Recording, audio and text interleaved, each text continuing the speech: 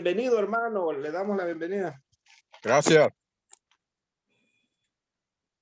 Bueno, vamos a empezar. Miren, hermanos, para terminar con este punto que tenemos, que hemos empezado a tocar, este tema tiene que ver con dijimos que las características del pueblo de Dios, ¿me escuchan bien todos, verdad? Dijimos que las características, según la Biblia, hermano, según la Biblia, tiene dos características principales en el versículo que leímos, Apocalipsis 12:17.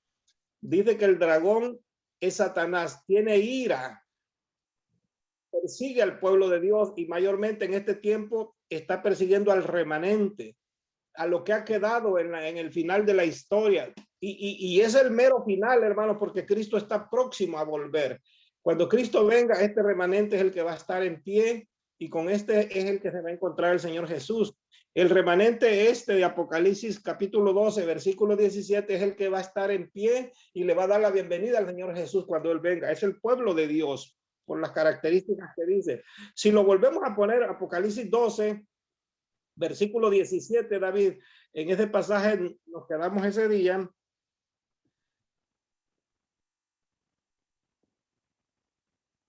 Apocalipsis 12, 17 menciona las características de la iglesia del Señor. Dice, el dragón se ha llenado de ira, está furioso contra la mujer. A lo largo de la historia, él ha querido destruir a la mujer, que es la iglesia. Y ahora, en este tiempo del fin, y se fue a hacer guerra. Dice, imagínense, hermanos, tenemos una guerra. Es lo que el apóstol llamó, esa guerra no es con carne y sangre, es contra malicias espirituales, contra potestados, el poder de Satanás, que él opera en el aire. Estamos en guerra, hermanos. Entonces dice que Satanás se fue a hacer guerra contra el resto, lo que ha sobrado de la descendencia de ella, de la mujer. Y luego menciona los que guardan los mandamientos de Dios y tienen el testimonio de Jesucristo. A propósito, hay personas que nos dicen a nosotros los adventistas, porque nosotros proclamamos dentro de nuestro mensaje la importancia de los mandamientos de Dios y decimos que están válidos y son una ley moral. Y nosotros decimos, hermano, pero la gente nos dice, pero ¿quién puede guardar los mandamientos? Pero ¿quién han oído ese concepto, no? La gente dice, pero ¿quién los guarda? Hermano, nosotros no los guardamos por virtud nuestra, no los guardamos por mérito nuestro, que nosotros tengamos capacidad para guardar. Hermano, lo hacemos porque Cristo mora en nosotros.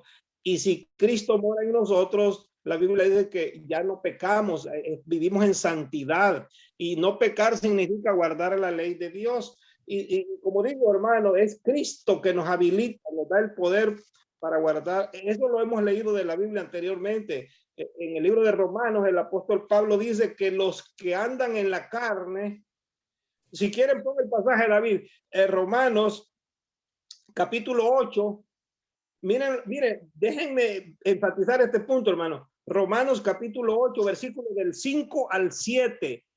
Miren lo que dice la escritura, esto no es palabra mía. Dice así la escritura, Romanos 8, 5 al 7 dice así. Hay dos condiciones, hay dos personas, dos grupos de personas sobre la tierra. Los que son de la carne, dicen, ¿notaron? Porque los que son de la carne, este es un grupo de personas, piensan en las cosas de la carne. Pero los que son del espíritu, ¿en qué piensan? ¿En qué temas andan? En las cosas del espíritu. Hermanos, la carne en este versículo se refiere a los deseos de la carne, los deseos del cuerpo, pues por forma natural, la naturaleza humana. Estamos en decadencia. El ser humano, desde que entró el pecado, somos más inclinados al pecado. Y los que son de la carne son los que no están en Cristo, aquellos que no son cristianos, pues legítimos. Y dice, los de la carne son los que andan pecando, pero los que están en el espíritu, dice, piensan en las cosas del espíritu. El versículo 6 dice, el ocuparse de la carne, o sea, el primer grupo, ¿qué va a acarrear, hermano? Los que andan pecando, pues van a acarrear muerte. Pero el ocuparse del espíritu, o sea, de los temas espirituales que conlleva a Cristo y la salvación, el ocuparse del espíritu es vida y paz. vivimos en paz y tenemos vida eterna. Hermano, esos que dicen que se ocupan del Espíritu son los cristianos, lógicamente. Pero miren el versículo que seguía, el versículo 7. Vean qué claro dice: por cuanto los designios de la carne, ya dijimos el grupo de la carne, ¿cómo están ellos con Dios? Miren en qué condición están. Son enemistad contra Dios. O sea que esas personas, por su forma de vida, son enemigos de Dios, dice la Biblia. Y miren lo que termina diciendo: porque no se sujetan a la ley de Dios, ni tampoco pueden. Hermano, es una imposibilidad humanamente guardar la ley de Dios. Ahora, para guardar la ley de Dios necesitamos ser espirituales, que Cristo nos haya transformado, nos haya dado un nuevo corazón, haya hecho de nosotros una nueva criatura. Solo una nueva criatura en Cristo puede ajustarse a esa ley, que es una ley espiritual. Pero hermanos, quedó claro, en Apocalipsis dice que el pueblo de Dios del tiempo del fin guarda los mandamientos de Dios. ¿Decía eso sí o no? O a ver, o dice intentan guardar la ley de Dios o procuran guardar la ley de Dios. ¿Cómo decía las dos características? Apocalipsis 12:17. Aquí están, dice, los que guardan los mandamientos. No dice procuran o intentan o no. Y ahora miren lo que dice Apocalipsis 14:12. Miren, aunque va a dar una tercera característica, pero enfatiza otra vez lo de los mandamientos. Miren, aquí está la paciencia de los santos. Y otra vez, hermano, siempre lo de los mandamientos es tan vital que lo vuelve a mencionar. Allá decía, Satanás anda persiguiendo a los que guardan los mandamientos de Dios y tienen el testimonio de Jesucristo. Pero aquí dice otra vez, aquí está la paciencia y le llama a los santos. Y otra vez, miren la característica, los que guardan los mandamientos de Dios, ya lo leímos, y ahora dice y agrega algo más. Y la fe de Jesús tienen, esas personas tienen la paciencia, guardan los mandamientos y tienen la fe de Jesús. ¿Qué significa la fe de Jesús? No solo tener fe en Jesús, viven, imitan a Jesús. Jesús es el modelo de los cristianos. Él dijo, imítenme a mí en santidad. Y entonces, hermano, nosotros no debemos de andar imitando personas, el pastor porque predica bien, el hermano tal. Nosotros somos falibles. Nosotros somos mortales, falibles, finitos, pero Cristo es infinito, Él es infalible, Él es eterno. Y entonces Jesús dice, yo, miradme a mí, imítenme a mí, y dice ahí que tienen la fe de Jesús, son parecidos a Jesús, son que en carácter se parecen a que Jesús, humanamente hablando. Y no se olviden no se olviden que cuando Cristo vino a esta tierra, venció, triunfó sobre Satanás y el pecado como hombre que era, usó la parte humana para poderle dar ejemplo. No podemos decir que como él era Dios y nosotros no, nosotros sí andamos fallando. No hay excusa. Si tú eres una persona nueva en Cristo, hermano, te vas a deleitar en los mandamientos de Dios. El Salmo 1, no lo busquen ya, el Salmo 1, versículo 1 dice, bienaventurado el varón que se deleite en la ley de Dios, en ella medita de día y de noche. Es la ley de Dios una delicia. O lo pones al el Salmo 1, versículo 1. Miren cómo comienzan los salmos, enfatizando los mandamientos de Dios. Miren lo que dice el Salmo 1, versículo 1. Bienaventurado el varón que no anduvo en consejo de malos, ni estuvo en camino de pecadores, ni en silla de escarnecedores se ha sentado. Versículo 2 dice, sino, miren el 2, sino en qué cosa está su delicia y su deleite, sino que en la ley de Jehová está su delicia y en su ley medita de día y de noche. Y de noche. Qué hermoso, hermano. La ley de Dios está en el corazón de uno, por eso de día y de noche está presente.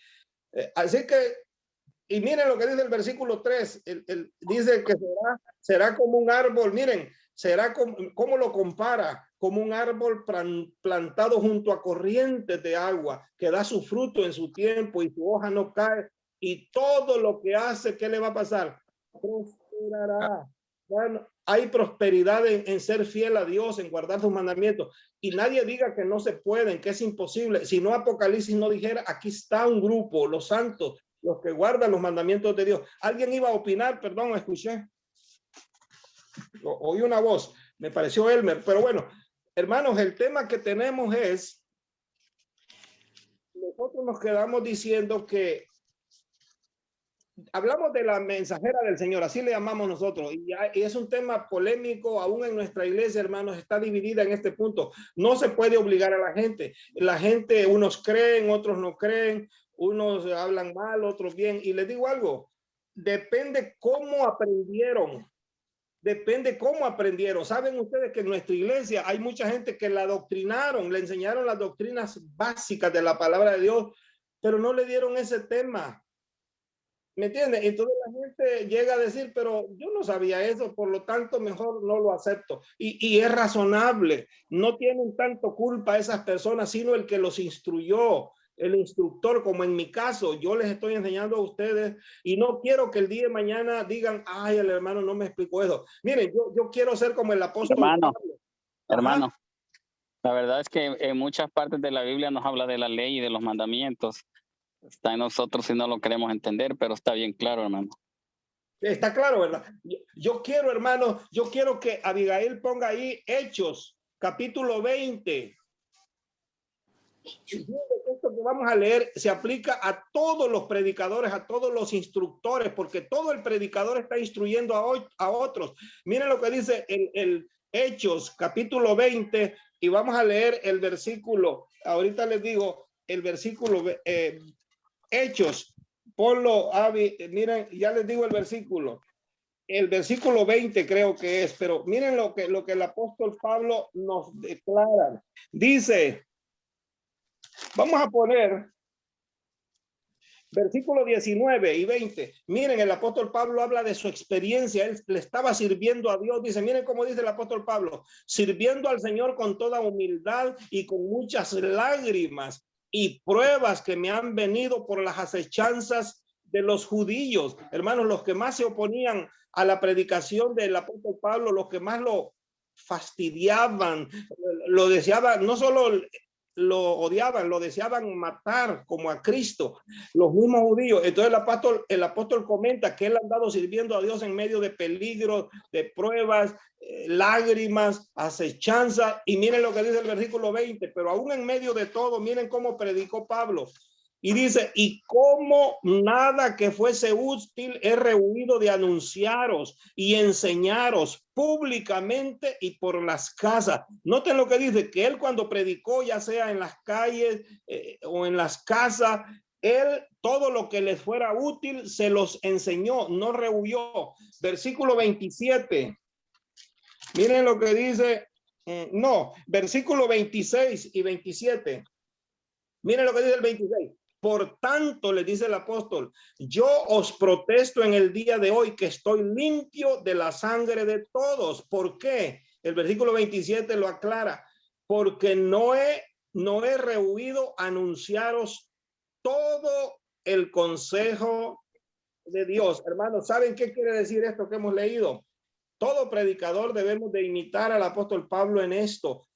Aquel que es instructor de la Biblia debe de enseñar completo el mensaje. ¿Les queda claro? Pablo les dice así, como dijera, yo soy libre de la sangre de alguno de ustedes. Si ustedes se pierden, no es culpa mía, porque yo no rehuí, yo no evadí anunciarles, ¿qué dice? Todo el consejo del Señor, todo lo que les fuera útil. Hermano, yo quiero ser como el apóstol Pablo. Por eso hay gente que se cansa. Yo puedo estudiar con una persona o un grupo hasta un año y tanto. He estudiado con gente hasta como cerca de 2 años. Ya a veces ya no hay lo que explicarle. Ya llega el momento que hablamos más, ya siento que les expliqué todo lo que yo conozco.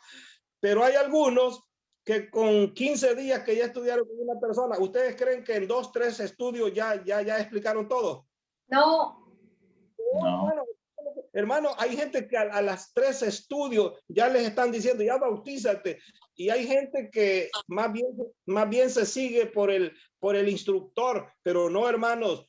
Aún yo voy a terminar y ustedes quedarán tomando sus decisiones. Yo no tengo fecha para decirle, entréguese al Señor. Eso lo hará ¿quién? Es la obra de Dios, el Espíritu Santo. Pero hay gente que ya en 2, 3 estudios ya lleva a la gente a la iglesia y hay gente muy sensible y se bautiza. ¿Cómo creen que queda esa gente? ¿Quedan bien preparados, creen ustedes? No, hermano. Y cuando viene la primera corriente de doctrina, dice el apóstol Pablo que son llevados como el viento se los llevó y nunca vuelven a aparecer, y en vez de haber hecho la obra de Dios, hicimos la del enemigo, porque en vez de salvar a esa alma, lo que hicimos, llevarla de una manera equivocada, y esa gente no tenía cimiento, no tenía raíz, y se la llevó el viento, y es difícil volverla a traer. Una vez que se va, hermano, es bien difícil.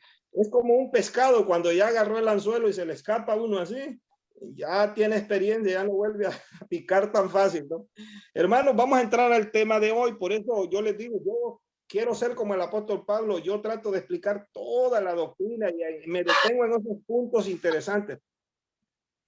Vamos al tema de hoy, hermanos. Miren, vamos a ver un mensaje que está en la Biblia. Yo no lo voy a inventar, pero les voy a explicar en qué consiste. Tiene que ver con profecías de tiempo. Nosotros hemos estudiado la profecía de los 2300 años. Hermano, esa es la profecía más grande, más larga, porque comenzó en el Antiguo Testamento con la primera parte hasta los días de Cristo y continuó el resto del tiempo y terminó en la proclamación del mensaje del juicio en el tiempo del fin con los mileritas. Bueno, entonces, hermanos, pero no es la única profecía de tiempo, pero hay algo interesante. Cuando Dios da profecías de tiempo, lógicamente son profecías de mucho alcance. La persona a la cual Dios llama y le da la profecía no va a estar viva para ver el cumplimiento de esa profecía. Por ejemplo, Daniel, ya lo vimos, él quería saber y él se murió. ¿Y quiénes están estudiando las profecías de él en este tiempo? Nosotros, notaron. Algo que él no vio el cumplimiento. Ese es un ejemplo. Así que cuando Dios da profecías a una persona, a un profeta, cuando la profecía se va a cumplir, Dios levanta a otro profeta para que viva la experiencia del cumplimiento de la profecía. Y a eso se le llama verdad presente. Cuando Dios da la profecía, no es verdad presente, no es una verdad para su tiempo, sino que en la verdad presente es cuando el evento que se anunció en la profecía se va a cumplir. Y cuando se predica el cumplimiento de esa profecía, esa es verdad presente. Vamos a ir a la primera de estas profecías, hermanos, que encontramos en la Biblia.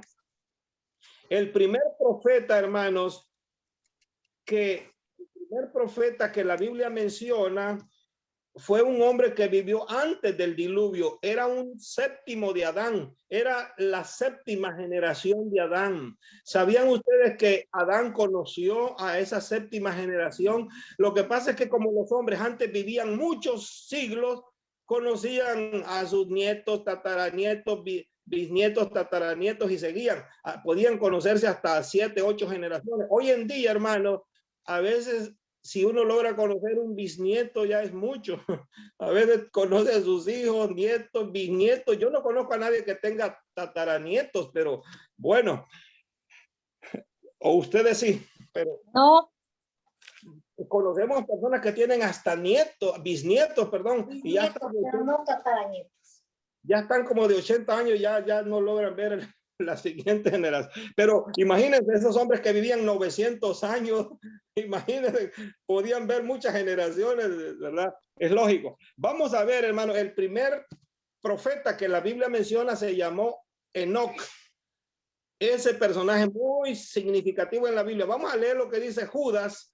Si pones, Abby, Judas es la cartita antes de Apocalipsis.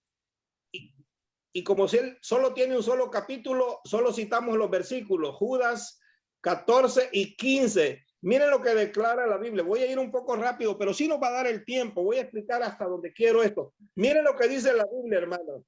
De esto dice, también profetizó Enoc. Y ahí menciona, era séptimo desde Adán. O sea, era la séptima generación. Dice, miren lo que dijo Enoc. Ahí está la profecía. He aquí, dice él, vino el Señor con sus santas decenas de millares para hacer, noten ahí está, para hacer juicio contra todos, dice, contra todos, dice, aquí tengo, contra todos y dejar convictos a todos los impíos de todas sus obras impías que han hecho impíamente y de todas las cosas duras que los pecadores impíos hablaron contra él. Hermanos, Enoc vivió en la generación antes, o sea, antediluviana, los que vivieron antes del diluvio. Y hermanos, ¿cuándo fue que Dios hizo el primer juicio en la humanidad? Pasaron todos los hombres en juicio. El primero que conocemos fue el diluvio. ¿Notaron? Entonces, Enoc, hermanos, Enoc realmente dice aquí que profetizó de ese juicio donde los impíos que habían estado en rebeldía con Dios habrían de ser juzgados y quedaron convictos. ¿Qué significa convictos? Condenados, ¿verdad? Y nosotros sabemos, hermanos, que se refería al juicio del diluvio. Ahora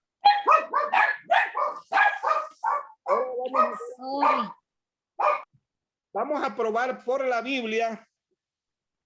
Vamos a probar por la Biblia, hermanos, la profecía de Enoc. ¿Dónde se encuentra?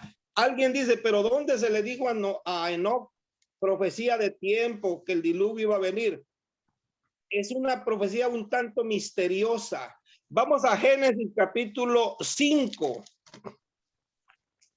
Si nosotros vamos a Génesis capítulo 5, vamos a leer el versículo 21. Y los que tienen lápiz, por favor, prepárense. Van a hacer una operación de 2, 3 cantidades ahí. Miren, dice el versículo 21. Vivió Enoc, dice, 65 años y engendró a Matusalén. Miren, Enoc, el personaje del que estamos hablando, tenía 65 años y tuvo ese hijo, lo engendró, llamado Matusalén. En español así lo escribimos. Pero ¿saben dónde está la profecía, hermanos? Miren, Dios le dijo a Enoc que que él iba a traer un juicio sobre los habitantes de la tierra y que Enoc lo proclamara, que él anunciara que venía el juicio con los hombres perversos sobre la tierra. Y entonces miren dónde está la profecía. El nombre Matusalén, Dios le dijo que le pusiera ese nombre a su hijo. No tengo tiempo de explicar, pero ustedes saben, hermanos, que en la antigüedad los nombres son muy significativos, representan algo, algún mensaje que Dios quiere dar, y no es la excepción. Matusalén, ¿saben lo que significa? Matusalén está conformado de 2 frases que significa morir y enviar. Se podría traducir que cuando muera vendrá. Y uno dice, bueno, así que eso significa Matusalén. Imagínense qué nombre más raro para un hijo, ¿no?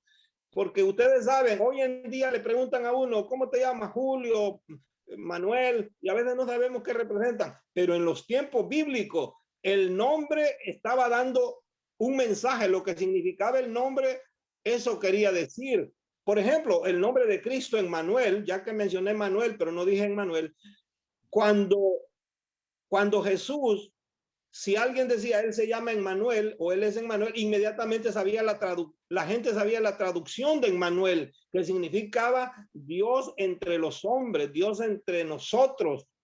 Entonces hasta en el nombre de Cristo ya la gente sabía que era el Dios que había descendido. Pero bien, los nombres son muy significativos, así que Matusalén, hermano, significaba eso. Imagínense ese muchacho cuando iba a la escuela y ese muchacho empezó a relacionarse con los amigos y le decían, ¿cómo te llamas? Matusalén. Y ellos sabían lo que eso significaba. Y eso significaba, cuando yo muera, vendrá. Y le decían que cuando tú mueras, ¿qué es lo que vendrá? ¿Y saben qué decía Matusalén? Pues a mi padre Dios le reveló que viene el juicio de Dios a través de un diluvio. Matusalén era una profecía viviente, hermano. Matusalén, la persona de él. Así que la gente, hermano, los que quisieron creer, cuando vieron que Matusalén se empezó a envejecer, y miren, hermano, ¿sabían ustedes que es la persona que más tiempo ha vivido sobre la tierra? ¿Saben qué entiendo yo algo ahí? Meditando en este tema una de estas noches, se me vino un pensamiento. Ustedes saben que en el apóstol Pedro dice que el día del Señor no es que se tarda en venir, sino que es paciente y misericordioso, no queriendo que nadie perezca, pero el día vendrá. pero Dios como que está dando tiempo de gracia para que muchos se salven. Y yo creo y lo encuentro en la vida de Matusalén, hermanos. Matusalén fue la persona que más tiempo vivió. Y cuando él muriera, iba a venir, estaba la señal. Así que entre más duraba Matusalén, el tiempo de gracia, ¿no les parece? Se estaba dando. Así que la gente cuando vieron a Matusalén que se envejeció, podían llevar la cuenta. Cuando este hombre muera, este viejito, vendrá el juicio que anunció el papá de Matusalén. Y Matusalén era la profecía andando. Yo quiero que hagamos una cuenta, hermanos. Vamos a leer el versículo 25. Génesis 5:25 ahora. Y yo quiero que apunten esta cantidad. Ahora vamos a revisar la vida de Matusalén. Vamos, por favor, vamos a llevarle ¿cómo digo? Vamos a llevarle el recuento de la vida de Matusalén. Matusalén nació, ya sabemos, pero Matusalén tenía 187 años y engendró a Lamec. ¿Sabían ustedes que Matusalén es el abuelo de Noé? Porque Lamec, hijo de Matusalén, llegó a ser el papá de Noé, pero vamos por partes. Miren otra vez, dice que Matusalén tenía de vida, ya había nacido y cuando él tenía 187 años, engendró ¿a quién? A un hijo llamado Lamec. Quiero que apunten ahí 187, por favor. Y vamos a ver ahora el versículo 28.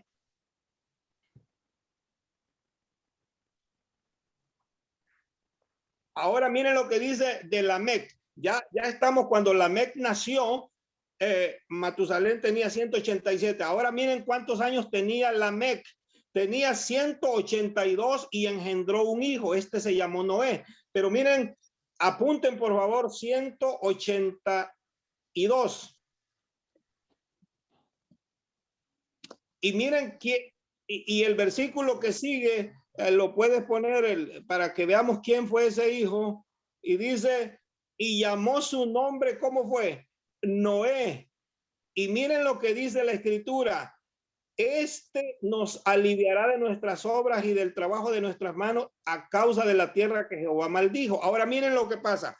Llevamos la cuenta. Matusalén tenía 187 años y engendró a Lamec. Entonces estamos sumando 182 porque Lamec ahora lleva 182 y engendró a Noé. Ahora el diluvio. ¿Cuántos años tenía Noé cuando vino el diluvio? Yo quiero que vayamos al capítulo 7 ahora y el versículo 11 para llevar una cuenta aquí. A ver, ¿qué dice acá? En el año 600 de la vida de Noé. Entonces agreguémosle, repito, hermanos, Matusalén tenía 187 más 182 de Lamec. Y 600 de la vida de Noé, apúntenlo ahí, por favor, 600. Yo quiero que sumen esas tres cantidades, porque cuando Noé tenía 600 años de vida, llegó el diluvio. Pero miren, ahí lo dice, hermanos, vino el diluvio. Mire, en ese mismo día fueron rotas las fuentes del gran abismo y las cataratas de los cielos fueron abiertas. O sea, el diluvio se desató. Así que sumaron esas tres cantidades, ¿cuántas les da? 969. 969. Los que lo hicieron, ¿verdad que estamos de acuerdo todos? 969 años vino el diluvio a partir, notaron que la cuenta no la sacamos de Noé, la sacamos de Matusalén, es la cuenta que estamos llevando, ¿está de acuerdo? Y ahora miren cuántos años vivió Matusalén. Ahora volvamos a Génesis 5 y el versículo 27. Nos va a decir cuántos años tenía Matusalén cuando él murió. Y miren, fueron pues todos los días de Matusalén, ¿cuántos? 969 años y murió. O sea, hermanos, que hemos demostrado bíblicamente, porque llevamos la cuenta de la vida de Matusalén en adelante, y el diluvio vino cuando Noé tenía 600 años, más los años anteriores que se sumaron de Matusalén más de Lamec, nos dieron 969, perdón. Y la vida total de Matusalén, ¿cuántos años fueron? los mismos. Quiere decir, hermanos, que con estas cuentas nosotros vemos que la profecía es exacta. En el año que Matusalén murió, hermanos, se desató ¿qué cosa? El diluvio. El juicio que Dios había profetizado a través de Enoc. Ya vimos, ¿no? Ahora, veamos a Noé cómo se le llamó. Segunda de Pedro 2:5. Segunda de Pedro 2:5. Miren cómo se le llama a Noé. Y ustedes saben que Noé fue profeta también, profetizó. Miren lo que dice acá. Y si no perdonó al mundo antiguo, se refiere a los del diluvio, sino que guardó a Noé. Y Noé, ¿qué cosa hace? Un pregonero de justicia. Dice, con otras 7 personas trayendo el diluvio sobre el mundo de los impíos. ¿Notaron qué es lo que había profetizado Enoc? Hermanos, concluyendo esta primera profecía, era una profecía un tanto rara, que no es, Dios no le habló así de años. En la vida de su hijo estaba la profecía, hermano.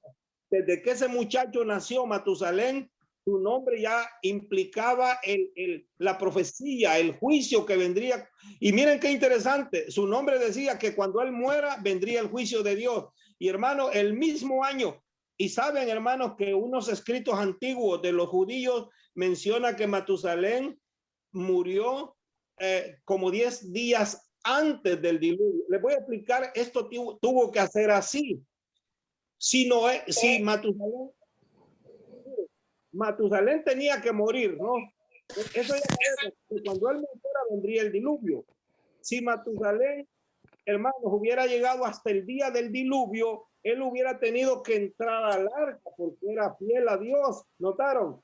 Y se hubiera salvado, pero como él tenía que morir, no se podía salvar en el arca. ¿Quedó claro? Entonces tenía que morir antes de que el diluvio llegara, pero se cree en la historia que murió unos 10 días antes. Hermano, cuando él muere, inmediatamente Noé estaba entrando con los animales en el arca y 7 días después vino el diluvio. Así que 10 días según la historia murió Matusalén. Tuvo que haber sido así. Hermano, otra cosa. Si Matusalén hubiera estado vivo hasta el día del diluvio, o una de dos, o se quedaba fuera del arca y hubiera perecido con los antediluvianos, o si hubiera entrado al arca, no, porque la Biblia dice que él tenía que morir como señal del juicio. Entonces, hermanos, pero como Enoc no era parte de los impíos que deshonraban a Dios para perecer en el diluvio, él es salvo, él es del pueblo de Dios, él muere de una muerte natural, pues, pero murió a los ¿cuántos años? 969, y de acuerdo al cómputo fueron 969 años a partir de su nacimiento cuando el diluvio llegó a la tierra. Hermano, una profecía cumplida. Bueno, pero el punto está, Enoc profetizó eso, ya lo leímos, pero el que estaba en pie era un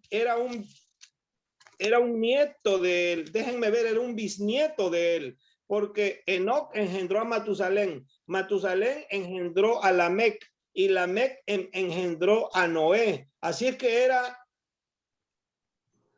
un bisnieto, ¿verdad? Ahora, en aquellos años, hermanos, pero en aquellos años, aunque era un bisnieto, como los hombres vivían tanto tiempo, pues pasaron siglos, imagínense, entre el bisabuelo y el bisnieto, ¿no? Así que, pero lo que quiero decir es, no era el profeta que dio la profecía que estaba para Enoc, los que saben la historia, fue llevado al cielo. Él no estaba ya aquí en la tierra cuando vino el diluvio, y el bisnieto llamado Noé fue el que predicó en los días del diluvio. Todos conocemos eso, hermanos. Era el que le decía a la gente, entren al arca, entren, que aquí esto es para salvación. Así que vemos la primera profecía, hermanos, que el profeta que da la profecía no está para el cumplimiento, sino que está otro. En el caso de Enoc, él se fue llevado al cielo, pero la mayoría de los demás están muertos, porque ¿quién puede durar siglos en el tiempo presente? Ahora vamos a ver la siguiente profecía, hermanos, de tiempo. Vamos a pasar a lo que fue Abraham. a Abraham, si nosotros vamos a ver un poquito la historia de Abraham, hermano, vamos a ver, todos conocemos, no me quiero detener en muchos detalles, ustedes son cristianos y conocen la historia. A Abraham se le llama el padre de los creyentes, a él se le dijo, de tus descendientes van a venir mis hijos, como la arena del mar, como las estrellas del cielo, será la multitud. Y entonces, pero miren la profecía que Dios le tiene que hacer. Le dice que él no tiene hijos, pero será padre de multitudes. Pero vamos a la profecía, al punto, para no perder mucho tiempo. Vamos a leer en Génesis 15. En Génesis 15, versículos 13 y 14. Dios, después de estarle prometiendo una descendencia, miren lo que Dios le tiene que decir. Dios no se limitó para darle una profecía de tiempo. Miren lo que Dios le dice. Entonces Jehová le dijo a Abraham, ten por cierto que tu descendencia, esa que ni siquiera tenía hijo Abraham no le había nacido Isaac, pero Dios le tiene que decir anticipadamente, cuando ya seas padre de esa descendencia, tu descendencia morará en tierra ajena y será esclava allí y será oprimida. Ahí le da la profecía de tiempo, hermano. ¿Por cuánto tiempo serían oprimidos los hijos de Abraham? No le dijo en dónde, solo le dijo en una tierra extraña o ajena. Le dijo que su tierra estaría, su descendencia estaría en una tierra como esclava. ¿Por cuánto tiempo? Ahí está la profecía. 400 años. Yo pregunto, ¿estaría vivo Abraham para ver el cumplimiento de esa profecía? No, cuando Dios le da esta profecía, Abraham tenía 75 años en adelante. Y hermano, Abraham vivió, fíjense que Abraham también vivió bastantito. Abraham vivió 175 años, pero no iba a vivir 400 años. Pero Dios le dice, lógicamente él no iba a estar. Tu descendencia morará en una tierra extraña y será oprimida y esclava por 400 años. Y ustedes saben, hermano, que lo que vengo narrando es así. A ver, ¿Abraham estaba para ver el cumplimiento de su profecía? No. No. Fue el siguiente profeta, hermanos, que se levantó para cuando vino el cumplimiento. Y miren, hermanos, de más está, si ustedes me piden que les muestre por la Biblia, todos estos son profetas. No, Enoc fue profeta, Noé fue profeta, Abraham fue profeta. ¿Y quién es el profeta que estaba para ver el cumplimiento? Moisés. ¿Perdón? ¿Alguien preguntó algo ahí? No, hermano, Moisés fue el que... Sí, el entonces profeta. miren, todos estos hombres que estoy mencionando fueron profetas. Yo les puedo dar los pasajes donde se confirma que eran profetas todos, pero para ahorrarme el tiempo. Hermano, ¿quién era el profeta en los 400 años que Dios levantó para el cumplimiento de la profecía? No tenemos que leer todo, ya conocemos esta historia. En Egipto, hermanos, Egipto era la tierra que Dios le profetizó, donde estuvieron esclavos 400 años, hermano. Y la historia que conocemos en el Génesis y en el Éxodo es es Moisés, al hombre que Dios preparó, ¿verdad? De una manera milagrosa, lo preparó. Y Moisés, hermano, con el poder de Dios sacó de la cautividad de Egipto ¿a quién? Al pueblo de Dios. Cuando se cumplió la profecía, hermanos, vayan notando, y quiero ir un poco rápido porque las otras son más interesantes. Bueno, todas son importantes. Y no se olviden, hermanos, que estas profecías tienen que ver con la salvación, tienen que ver con el plan de la redención y tienen que ver mayormente con el juicio. Pero no sé si leímos el versículo que seguía, de donde está la profecía. Déjenme ver, solo leímos el versículo 13, pero miren lo que dice el 14.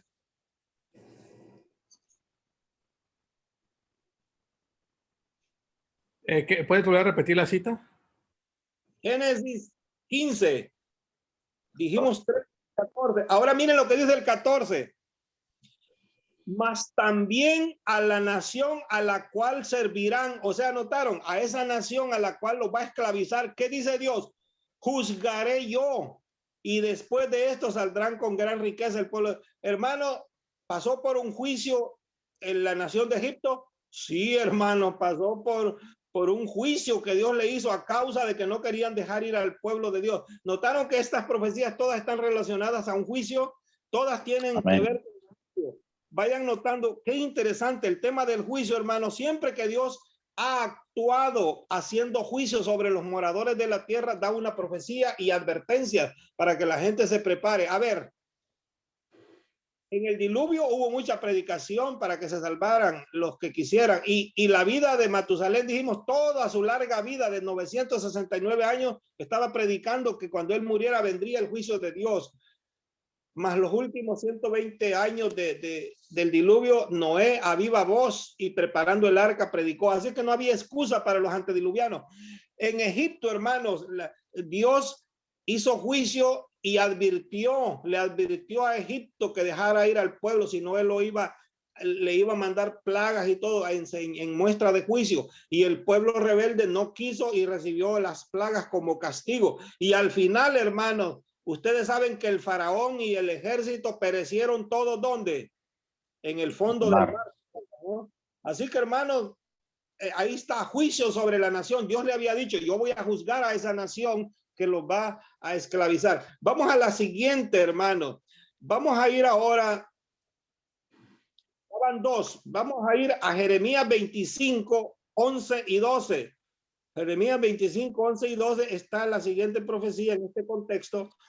Y miren lo que Dios dijo cuando el pueblo de Israel fue llevado cautivo en otro cautiverio. Ya ahora son llevados a Babilonia. Miren lo que Dios dijo a través del profeta Isaías.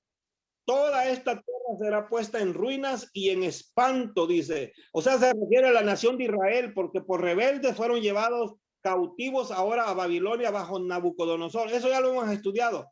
Y hermanos, por eso ya no voy a los pasajes, simplemente les hago la referencia. Todos conocemos que el pueblo de Israel en tiempos de Daniel fueron llevados cautivos a Babilonia. Y dice acá, Dios le dice a través del profeta Jeremías a su pueblo, toda esta tierra, la tierra de Jerusalén, Judea, ¿qué dice? Será puesta en ruina y en espanto.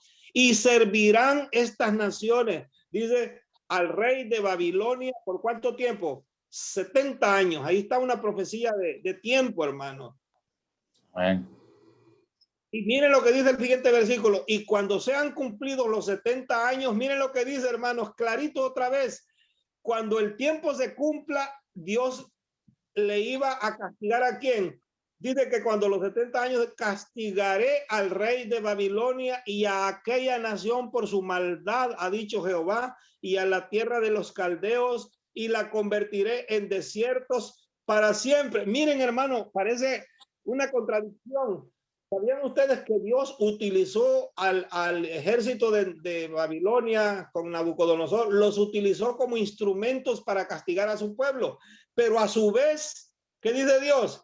La voy a castigar a ella también, hermanos. Y Babilonia colmó la ira de Dios. No solo que esclavizó al pueblo de Dios, se volvió la cuna de las religiones falsas y la idolatría, tanto que en Apocalipsis se le menciona a la Gran Babilonia como símbolo de aquella Babilonia de Nabucodonosor. Pero hermano, volvimos a leer que Dios habría de castigar también a esa nación en su momento, pero habría de cumplir los 70 años. Ahora vayamos a Daniel capítulo 9, versículo 1 y 2. Miren, cuando se estaba acercando, hermanos, el tiempo, ¿sabían ustedes que Jeremías ya había muerto? Les voy a decir por qué. Cuando Jeremías dio esta profecía que el pueblo de Dios fue llevado cautivo, Jeremías ya era un viejo, era un profeta viejo, avanzado en edad. Y Daniel era uno de entre los muchachos jovencitos que iban siendo llevados a Babilonia. Daniel no era ni siquiera profeta en ese momento, pero en Babilonia todos sabemos que Dios lo hizo profeta. Y ya ahora Daniel es un adulto y ya Jeremías había muerto. Y miren ahora quién está investigando acerca de esta profecía. Dice así: en el año primero de Darío, hijo de Asuero, de la nación de los Medos, que vino a ser rey sobre el reino de los caldeos, versículo 2 dice, en el año primero de su reinado, yo Daniel miré, miren qué miró, atentamente en los libros, el número, dice, de los años de que habló Jehová al profeta Jeremías, que habían de cumplirse las desolaciones de Jerusalén en 70 años, hermano, lo mismo. Ahora otro profeta está investigando, hermano, esa profecía, y es Daniel, hermano, el que ahora está viviendo y explicando que ya llegó el momento de la liberación. Que llegó el momento, hermano. Él investigó, notaron diligentemente. No se olviden que Daniel era un jovencito cuando llegó. No conocía mucho de esta profecía y de estos detalles. Aunque ahora ya es profeta y ya está mayor. Saben que ya Daniel, si le agregamos que llegó como de unos 18 años y ahora ya ha pasado 70 años, quiere decir que Daniel tiene más de 80, de 90 años. Bueno, ¿cuántos? A ver, ayúdenme. 70 años más 18, ¿cuánto sería? 70, 80. 88. Como 88 años, ya un anciano. Gracias. Ya el mismo Daniel es un anciano. Digamos así, de unos 88 años, 90, ya es un hombre mayor. Y él está investigando porque él va a proclamarle al pueblo la liberación de la que habló el profeta que dijo Jeremías. Está hablando del mismo tema. Noten que aquí, hermanos, otra vez la profecía es dada por un profeta y él ya no estaba para ver el cumplimiento del retorno, de que volvieron. Ciro, el rey de Persia, da un decreto y volvió mucho pueblo de Dios en cumplimiento de la profecía, porque ya se habían cumplido los 70 años. Estos no son semanas, perdón, 70 años. Entonces, hermano, van 3 profecías, tiempo de duración de tiempo. Un profeta lo anuncia, Dios levanta a un profeta para que anuncie. Lógicamente él no va a estar vivo porque son profecías como las de, imagínense, Abraham le dijo 400 años, ni esperanza que tuviera Abraham de estar vivo para ver el cumplimiento de su profecía, no, él habría de morir. Ahora vemos a Daniel y a Jeremías. Vamos a la siguiente, hermanos. Miren, aquí sí está bien interesante el detalle.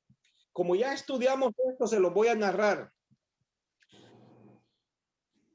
Nosotros hemos estudiado la profecía de los 2300 años, pero son 2 en una, ¿notaron? La primera parte se le conoce como la profecía de ¿qué? Ayúdenme ustedes. De las semanas. 70 semanas. A ver, y Daniel vivió como 500 la vida de Daniel estuvo entre el año 500 y 600 años antes de Cristo. Daniel vivió como entre 600 y 500 años antes de Cristo.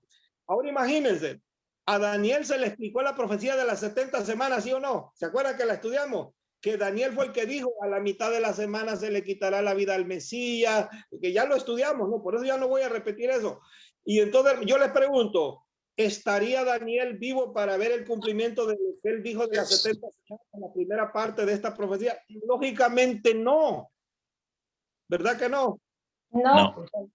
Daniel murió allá en el imperio de los medos y los persas, y él no supo la venida de... Noten que esa profecía de las 70 semanas ya incluía a Cristo en la tierra, muriendo a la mitad de la semana, y todo lo que Daniel explicó en detalle, cómo hubiera anhelado él vivir la realidad de esa profecía, haber visto al Mesías, conocerlo.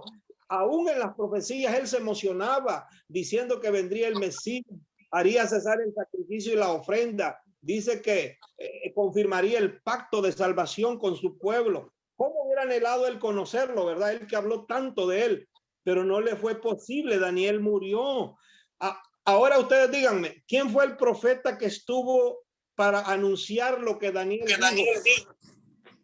Juan el Bautista.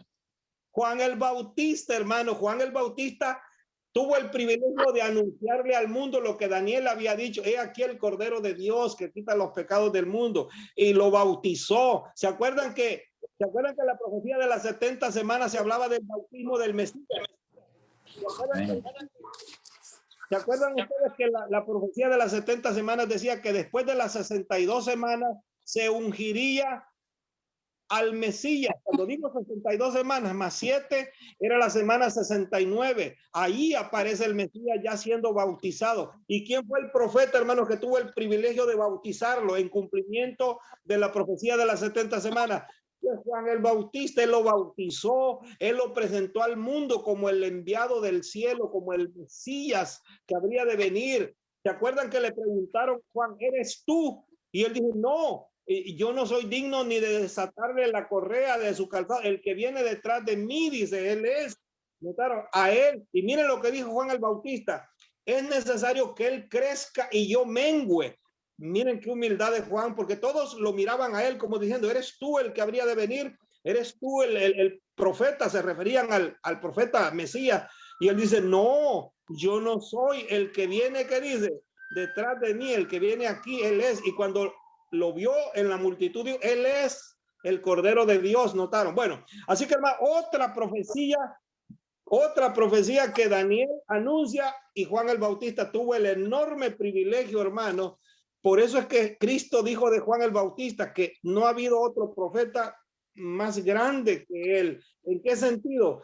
Es el que vivió en los días de Cristo. Era el que presentó a Cristo ante el mundo y predicó de él. Bueno, pero la otra parte de la profecía, hermanos, ahora miren esta parte interesante. Nos queda la otra parte de esa profecía, que es la misma profecía, la de las 2300 años. Ya las primeras 490 años, las primeras 70 semanas se cumplen con la llegada del Mesías. Pero esa profecía tiene otra parte que viene siendo otra profecía en sí misma. Tiene que ver con la era del cristianismo, de Cristo para acá. Y algo que les voy a decir. Usted me va a decir, ¿y dónde quedó el juicio allí cuando vino Juan el Bautista? Oh, hermanos, me canso. Notaron que esta profecía tiene que ver con la venida del Mesías. Y se acuerdan que Jesús, bueno, el mismo Juan el Bautista, miren lo que dijo, se me olvidaba este punto. Miren lo que dijo Juan el Bautista en San Juan capítulo 1. Déjenme, ahorita les digo el pasaje más exactamente, déjenme ver. Vamos a leerlo mejor, déjenme ver. Ahorita se lo voy a dar. Este es importante, me estaba pasando esta parte. Ahorita les voy a decir lo que dijo Juan el Bautista. Déjenme ver. ¿Dónde está eso que estoy buscando? Dice así. Miren si no hubo una sentencia de juicio en los días de Juan el Bautista, el pueblo. Dice así.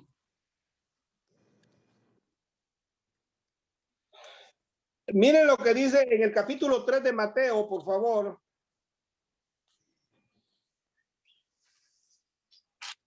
Versículo 1 y 2, dice así: en aquellos días vino Juan el Bautista predicando en el desierto de Judea. Y miren lo que predicaba.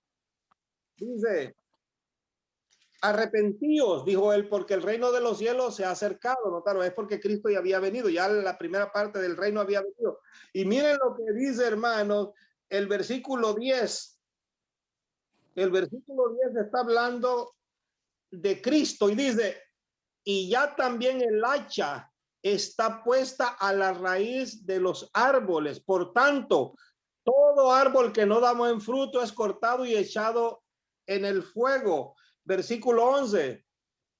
Yo a la verdad os bautizo en agua para arrepentimiento, pero el que viene detrás de mí, cuyo calzado yo no soy digno de llevar, es lo que yo les decía, es más poderoso que yo. Él lo bautizará con espíritu, con Espíritu Santo y con fuego.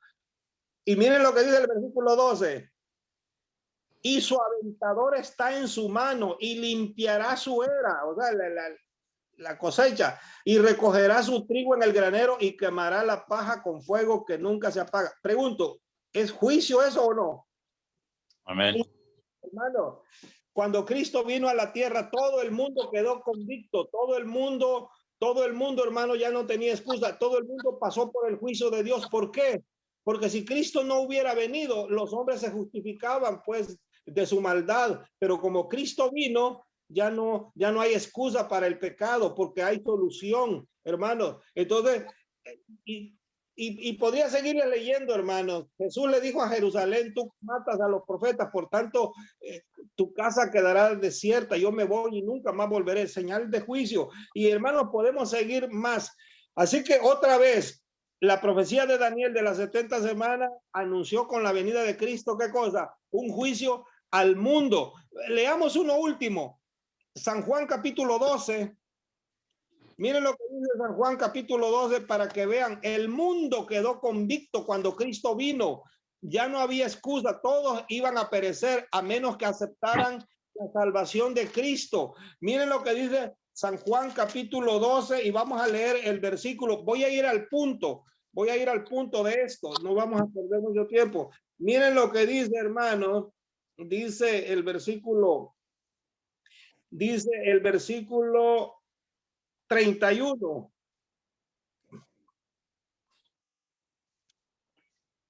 Dice ahí, ahora es el juicio de ¿qué? Del mundo. Yo te lo estoy mencionando, hermanos. Todo el mundo, en el tiempo de Noé, los antediluvianos pasaron por el juicio, pero no era todo el mundo. Iba a haber más gente después. Pero cuando Cristo vino, ¿qué quedó en juicio? Dice, ahora es el juicio de este mundo. Y miren, hermanos, ese juicio alcanzó a Satanás también. Ahora el príncipe de este mundo será echado fuera. En ese juicio de Cristo, cuando vino, hasta Satanás perdió ahí en el juicio. Y dice el versículo 32, y yo, dijo Cristo, si fuere levantado de la tierra, atraeré a todos a mí mismo. Está hablando de su muerte, dice el versículo que sigue.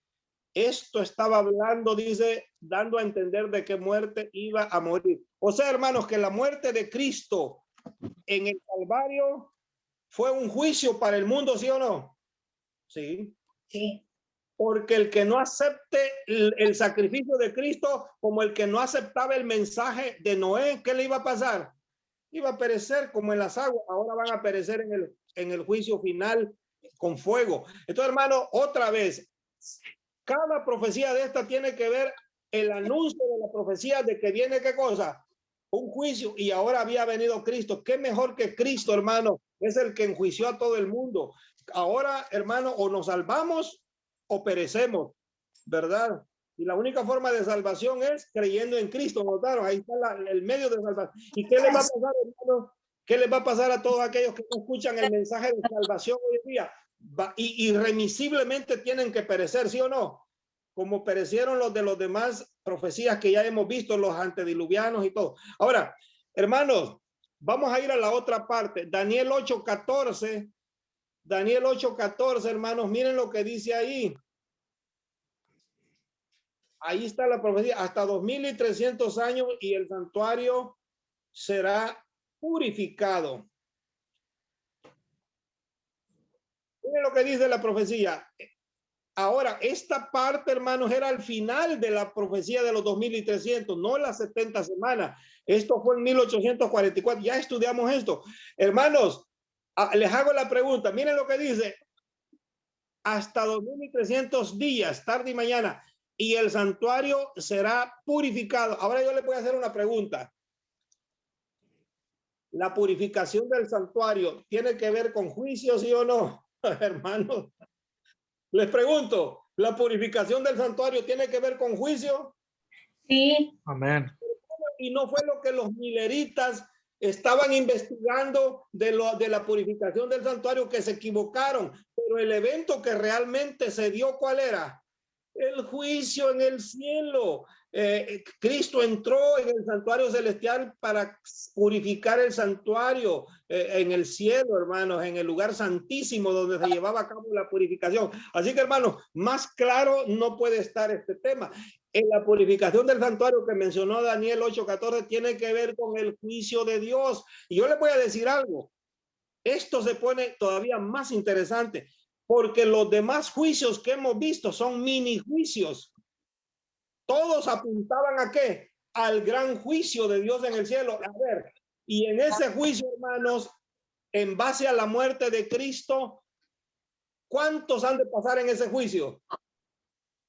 No dice la Biblia que han de pasar vivos y muertos y todo mundo y hasta los demonios, Satanás, los demonios. Nadie se escapa, hermanos, de entrar en ese juicio, ¿sí o no? Hermano, ese gran juicio que acabamos de leer es el juicio divino. Es donde todas las generaciones, no solo la generación antediluviana, no solo la generación de los judíos que rechazaron a Cristo, no solo la generación que fue llevada cautiva a Babilonia o a Egipto. Hermano, en este gran juicio es el clímax de los juicios. Es donde el gran juicio divino, donde van a ser juzgados Satanás, los demonios, va a ser juzgada toda persona que un día habitó esta tierra. Así que no me diga nadie que esta profecía no terminaba con un juicio. Y hermanos, ahora viene la gran pregunta. ¿Quién fue el que anunció en la profecía que al final de los 2300 vendría la purificación del santuario? Daniel.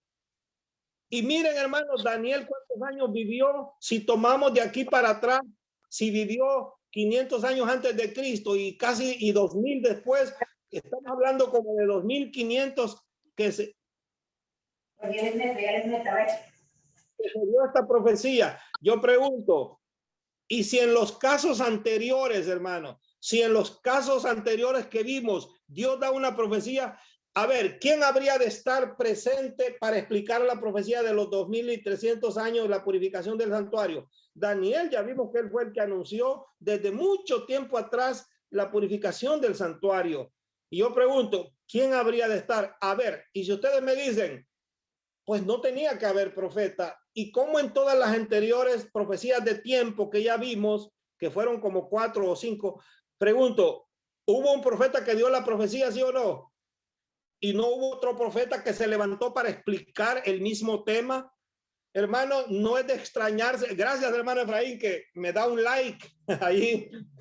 Me da un like. Después vamos a hacer una votación a ver cuántos me dan like y a ver cuántos me hacen así. Bueno, amén, hermano, por el suyo y el de su esposa. Miren, hermano, ¿saben qué? No me lo crean a mí.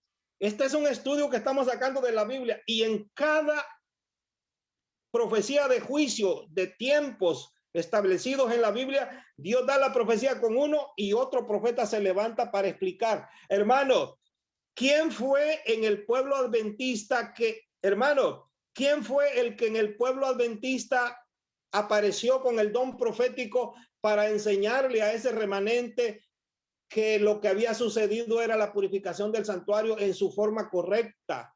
Hermano, ya les dije yo que ella no inventó eso. La gente nos dice a nosotros que ella inventó eso. Pero un día yo estudié con ustedes la Biblia, con ustedes estudié y probamos de la Biblia que Elena de White no inventó que al final de la profecía de los 2300 que Cristo pasó del lugar santo al santísimo en el cielo a hacer la purificación. Lo probamos de la Biblia, ¿recuerdan este tema? Entonces, hermano, no fue invento de Elena de White, pero ella explicó esas cosas. Ella explicó, hermano, cuál fue el tema principal que estaban investigando los mileritas después del chasco. ¿Qué cosa era la purificación del santuario? Y ella jugó un papel importante allí. Ella les explicaba, por revelación divina tiene que haber sido. Y cuando vemos las explicaciones de ella y vamos a la Biblia, hay una armonía perfecta, coinciden exactamente. Hermanos, les voy a decir algo más. Miren cómo es Satanás. Como Satanás conocía la profecía y sabía que Dios a través de esta profecía levantaría a un pueblo, el remanente que leímos, los que guardan los mandamientos de Dios, tienen la fe de Jesús, tienen el testimonio de profecía o el testimonio de Jesucristo. ¿Saben lo que hizo Satanás? En torno a esa fecha empezó a levantar movimientos. Les voy a mencionar unos cuantos. ¿Sabían ustedes que con relación a esa misma fecha de los 1840 y tanto, surgió lo que se le conoce en inglés como la cientología? La cientología, hermanos, es una religión que tiene que ver con la nueva era. Ahora, también se le conoce como la teosofía.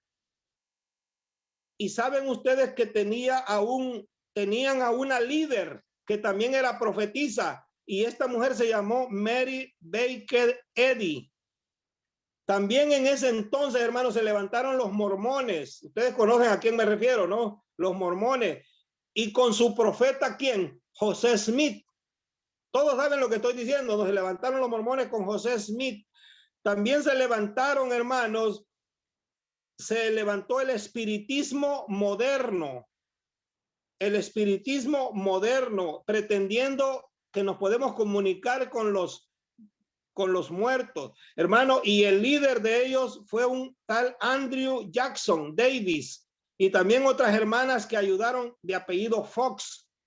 Ahora, miren lo que pasó. Se levantó el pentecostalismo moderno, hermanos, al final de los 1800, en esos años, se levantan todo lo que hoy conocemos como las iglesias pentecosteses con una profetisa. Yo le mencioné esto en un tema anterior, no sé si se acuerdan. Todas estas iglesias y movimientos tenían a un profeta como líder. La profetisa del pentecostalismo moderno se llamó Margarita McDonald. También se levantan los testigos de Jehová con su líder, que también pretendía ser profeta. Él profetizó cosas. ¿Saben ustedes cómo se llamó el líder de los testigos de Jehová? Se llamó Carlos Russell o Charles Russell. Y saben ustedes que Carlos Russell siguió profetizando la fecha de la venida de Cristo. Ustedes conocen lo que digo, los testigos de Jehová siguen poniendo fechas y ellos llegaron a la conclusión que Cristo sí vino en 1917. Para los testigos ya Cristo vino. Y lo que estoy diciendo, hermanos, son doctrinas que se predican hoy en día, que surgieron en ese tiempo. También, hermanos, surgió la teoría de la evolución con Carlos Darwin. Ustedes han oído de Charles Darwin, ¿no? Charles Darwin. Y también, hermanos, se levantó el comunismo en esos años por un tal Karl Marx y Federico Engels. Estos dos líderes comunistas establecieron el comunismo diciendo que Dios no existe, que la creación no es como decimos los cristianos, todo para contradecir el mensaje. Déjenme mencionarles algo. Un día escuché al pastor Gambetta mencionar algo. Mencioné aquí, hermanos, la fe de los Bahá'í. Los Bahá'í, con su líder Abdul Baha, saben ustedes que los Bahá'í se les conoce como los Hare Krishna. En Nueva York y los que vivimos aquí en Estados Unidos, aquí en Los Ángeles, yo los he visto también, se visten de un atuendo color naranja, así como una bata suelta. Y aunque son jóvenes, se rapan el cabello, andan pelones así. ¿Y saben cuál es su onda? Andan en las calles, no predican como un tema bíblico, ellos andan danzando y cantando en un idioma allá como de la India, y andan unos tambores y lo tocan y la gente se amontona, pero no para oír un mensaje, sino como una exhibición, como un show. Y esto se les conoce como la fe de los Bahá'í. Saben que el pastor Gambetta comentó un día que estos se creen, los Bahá'í se creen que son el sumum de las iglesias. El sumum de las iglesias ellos dicen que ellos unifican a todas las grandes religiones del mundo, al cristianismo, a los budistas, a los musulmanes, a todas. Dicen ellos que todos ellos son como el resumen de todas esas iglesias. Y entonces el pastor Gambetta le preguntó a un líder un día, ¿y tú conoces el tema del juicio de Dios? Y dijo él, no, ¿cuál juicio? Y él le dijo, el pastor le dijo, ¿y tú conoces el tema del santuario de Dios? Y este líder le dijo, el santuario de Baha'u'llah. Y le dijo el pastor, ¿qué es ese? ¿Dónde está ese santuario? Allá en el Tíbet, allá en la India. Es uno de los templos más famosos dedicados a esa religión, a un tal líder o un ídolo llamado Baha'u'llah. Hermano, pero y le dijo el pastor Gambetta, ¿no has oído nunca que Dios, el que creó el cielo y la tierra y el mar, y allá en el cielo tiene un santuario y allá va a pasar en juicio todas las personas? No sé nada de eso. Hermano, ¿de qué sirve alguien que se crea que es la iglesia, que es el sumum de todas, y no sabe ni siquiera que hay un juicio en el cielo que hemos de pasar todos? Ahí todas las religiones vamos a pasar. Lo que quiero decir, hermanos, todos estos grupos que mencioné, llámense iglesias cristianas o ateísmo, la cientología, los comunistas, se levantaron, hermanos, para dar un mensaje contrario a la purificación del santuario que se estaba dando en esos años. Pero la única, hermanos, se levantó la iglesia adventista, y la única iglesia y la líder, digamos que una de las pioneras, la mensajera del Señor llamada Elena de White, fue la que explicó el tema del santuario, de la purificación del santuario en el cielo. Ninguno de estos, ustedes saben lo que la mayoría predican. Hasta hoy en día, después de tantos años que surgieron, no predican ni conocen ese tema, hermano. No es casualidad entonces que Elena de White hablara y explicara y experimentó. Ella tuvo la vivencia, la experiencia de esas investigaciones, hermano. Les quiero hacer un último comentario y después ustedes me dicen, a ver cómo les parece esto. Acabamos de mencionar, hermanos, que acabamos de mencionar la profecía de los 2300 años en dos partes y hubo un profeta al final de cada uno de ellos. Miren, ¿saben qué nos dice la gente? Si puedes poner, David, Apocalipsis capítulo 22, 18 y 19. Apocalipsis 22, 18 y 19 dice la escritura. Ya para terminar el libro termina en el versículo 21 y ya es el capítulo 22, el último de Apocalipsis. Y miren lo que Dios asegura antes de cerrar el libro. Dice, yo testifico a todo aquel que oye las palabras de la profecía de este libro. Si alguno añadiere a estas cosas, Dios traerá, dice, perdón, si alguno, el 18 estábamos, ¿no? Si alguno, dice Dios, añadiere a estas cosas, Dios traerá sobre él las plagas que están escritas en este libro. Versículo 19. Y si alguno quitare de las palabras de este libro, de esta profecía, dice, Dios quitará su parte del libro de la vida y de la santa ciudad y de las cosas que están escritas en el libro. Ponga el versículo 20 y 21 para que vean que ahí se acaba. Dice, el que da testimonio de estas cosas dice, ciertamente vengo en breve. Amén.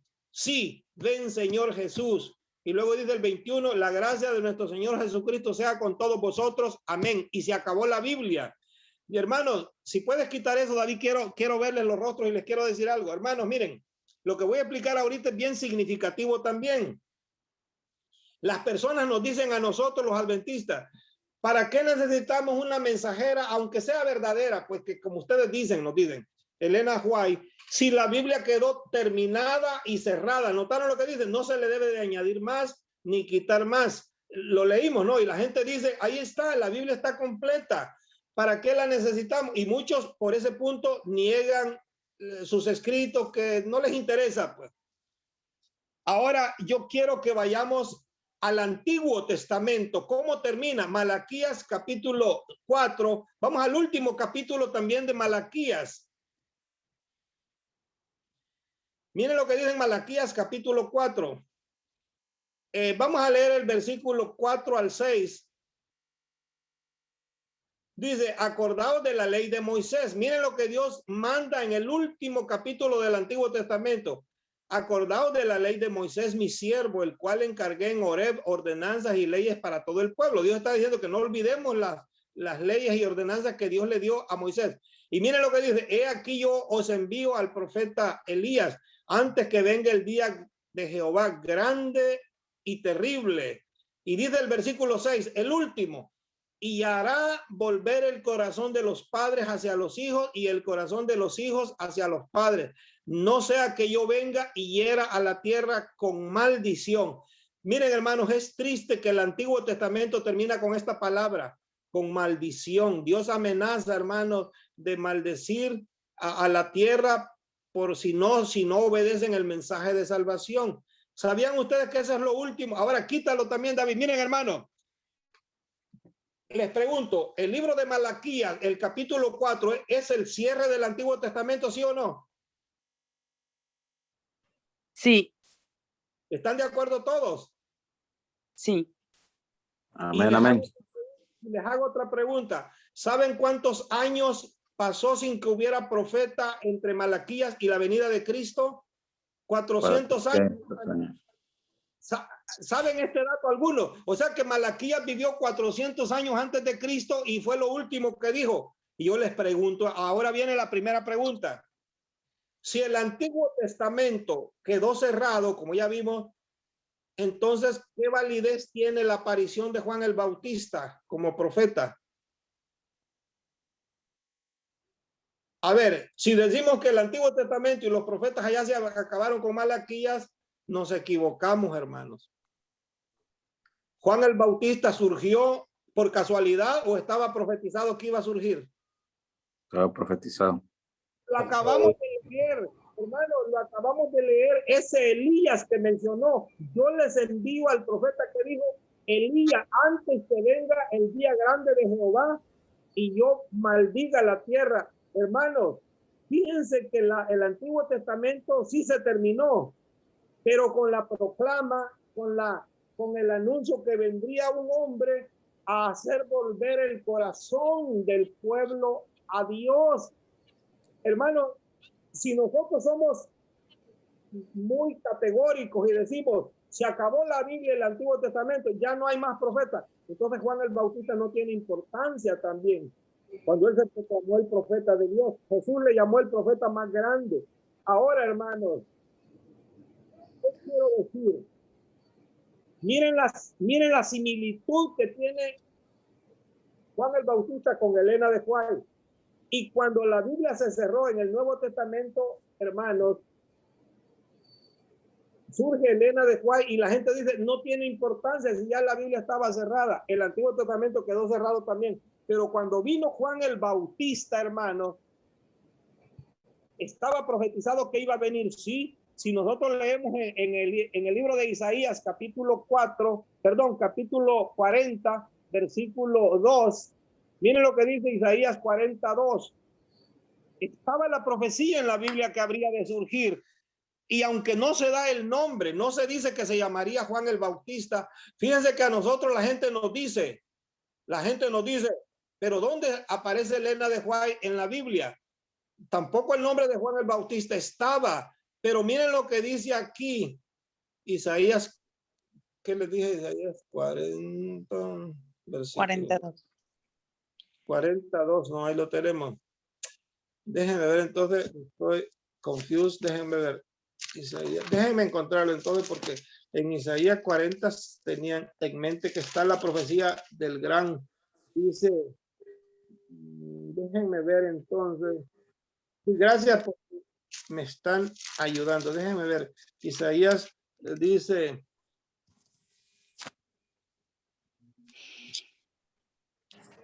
estudiantes de la Biblia, ¿dónde está mencionado que vendría el profeta Juan el Bautista? Aunque no se da el nombre de él. Él cumple la profecía con su nombre, pero no es de él. Déjenme ver, miren que se me... Estoy en Isaías, sí. Isaías 40, déjenme ver, estoy viendo acá.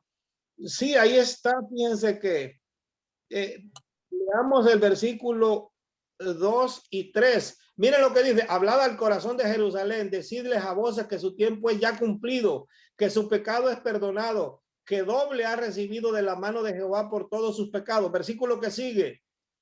Vos, miren lo que dice ahí esta profecía, vos que clama en el desierto, preparad el camino a Jehová, enderezad calzada en la soledad a nuestro Dios. Versículo 4 dice, todo valle sea alzado, bájese todo monte y collado, y lo torcido se enderece y lo áspero se allane. Hermanos, ¿sabían ustedes que está hablando del ministerio de Juan el Bautista? Esta es la obra que habría de hacer Juan el Bautista. Habría de venir y preparar, ¿qué cosa? El camino de quién vino a preparar Juan el Bautista. Ahora vamos del Mesías. Vamos a ir rapidito, lo podemos leer en varios lugares, pero vamos a Mateo 3:3. Miren lo que dice ahí. Cuando Juan el Bautista apareció, él aplicó la profecía que él la estaba cumpliendo. Mateo 3:3, ¿qué dice ahora? Rapidito, dice. Miren lo que dice ahí en Mateo 3:3. Leamos desde el versículo 1, por favor. Y fíjense, ¿quién es el que vino? Vino Juan el Bautista. Allá no dijo que se llamaría Juan. Dice, en esos días vino Juan el Bautista predicando en el desierto de Judea, versículo 2. Y diciendo, arrepentíos, porque el reino de los cielos se ha acercado. Notaron que allá decía que el pecado del pueblo sería perdonado. Claro, ya había venido Cristo, el que traía el perdón. Y Juan predica eso. Y miren lo que dice, versículo 3. pues este es aquel de quien habló el profeta Isaías. Esto lo está diciendo Mateo. Notaron que el que está escribiendo es el libro de Mateo. Dice, Mateo está relatando lo de Juan el Bautista. Ya dijo que vino, que predicó, y ahora miren lo que dice Mateo. Pues este, ¿quién? Juan el Bautista, es a quien de quien habló el profeta Isaías cuando dijo, voz que clama en el desierto, preparad el camino del Señor, enderezad sus calzadas. Ahora yo les pregunto, queridos hermanos, para ir terminando, yo no quiero tenerlo ya mucho tiempo. Estamos captando, miren, Juan el Bautista estaba profetizado en el Antiguo Testamento que vendría. Amén. Y él vino cuando la Biblia se había terminado, el Antiguo Testamento, la Torá para los judíos, que es el Antiguo. Es más, los judíos, hermanos, estaban en un dilema. Ellos no aceptaron el ministerio de Juan el Bautista. Y Juan el Bautista estaba profetizado que vendría como cumplimiento de Malaquías, notaron. Ahora, usted me va a decir, ¿y dónde está profetizado de Elena de White? Vamos a leer la profecía en el libro de Joel, capítulo 2. Miren lo que dice Joel, capítulo 2. Esto se pone, ya vamos a terminar, hermanos, aguántenme, termino unos 3 minutitos más y ustedes van a sacar sus conclusiones.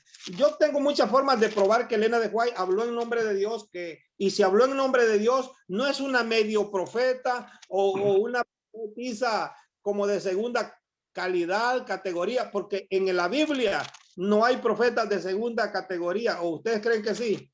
Y si alguien sabe, dicen, miren lo que dice Joel, capítulo 2, vamos a leer desde el 28 al 32. Miren lo que dice el Señor. Y después de esto, derramaré mi espíritu sobre toda carne. Miren lo que profetizó Joel, ¿para qué tiempo? Después de esto, derramaré mi espíritu sobre toda carne. Y profetizarán vuestros hijos y vuestras, ¿qué? Hijas. Dios no se limita en que puede profetizar un hijo o una hija. Vuestros ancianos también soñarán sueños. Algunos iban a tener visiones. Y vuestros jóvenes verán visiones. ¿Qué dice el versículo que sigue? Miren cuándo sería. Y también sobre los siervos, sobre las siervas, derramaré mi espíritu en aquellos días. Hermanos, ¿saben quién son los siervos y las siervas aquí? Dios no se limita a alguien que está en calidad de esclavo. A propósito, me detengo ahí. Ustedes me pueden mencionar a un profeta que fue esclavo.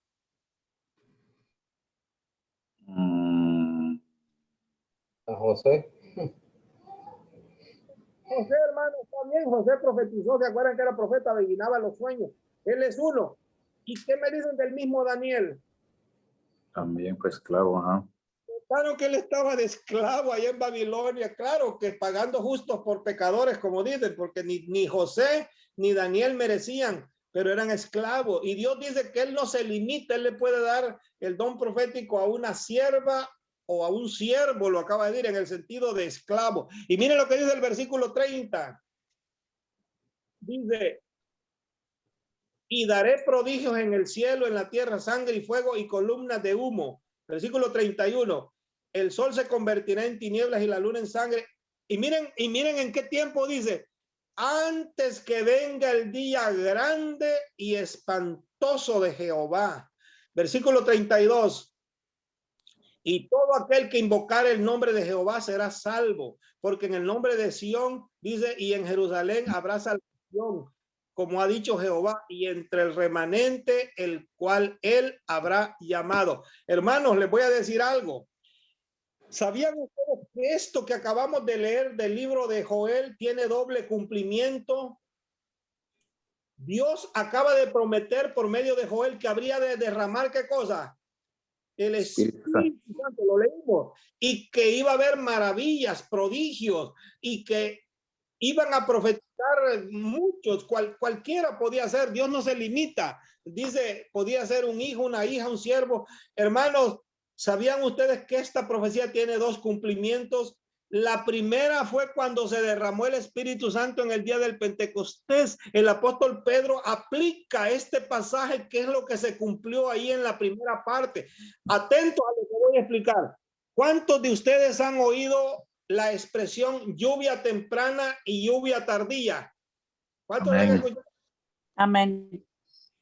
Miren lo que dice en el libro de, déjenme ver dónde está, mientras lo encuentro.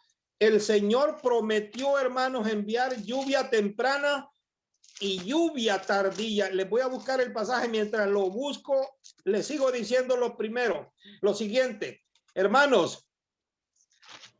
Lo que estoy diciendo es significativo, hermanos, por favor, atentos.